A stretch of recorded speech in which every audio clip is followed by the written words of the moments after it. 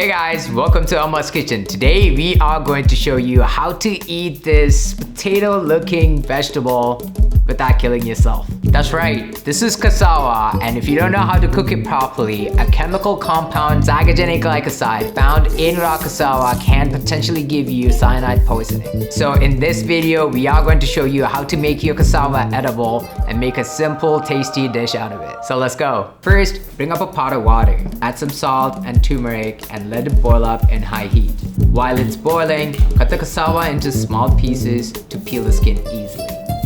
Once you peel all the skin, dice them into even smaller pieces, wash it a couple of times in running water, add it to the pot and let it boil with no lid on.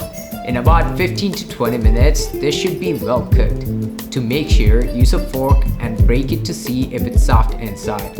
And if so, drain all the water with a strainer and let it cool down for a bit.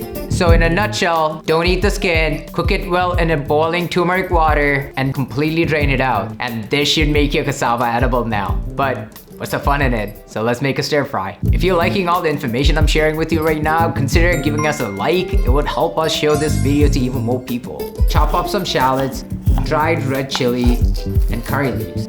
So my mom brought a whole coconut scraper to my place and shredded some fresh coconut for this dish, but you can swap it for a frozen one if you don't have fresh coconut at home. Next, bring up a pot to medium heat, add 2 tablespoons of vegetable oil, add mustard seed and let it pop first.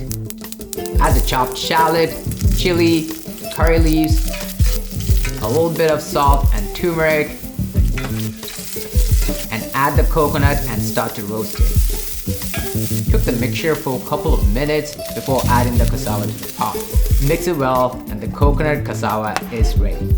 But you may ask, Subi, why should I eat cassava if it could kill me? It's cheap to produce and it's very filling. That's why we as humans been eating this for over 4,000 years since Maya civilization. And we still eat cassava in different forms such as flour, chips, tapioca, and more. So at least you should know about this vegetable. And if you're still watching this video, I'm gonna share this secret dipping sauce that my mom made for this coconut cassava dish. Slice 1 tomato, some dried red chili, and blend it well. Add a little bit of black pepper, turmeric, minced coriander, and lime. Mix it up well and your dipping sauce is ready. It is a little bit of a spicy sauce,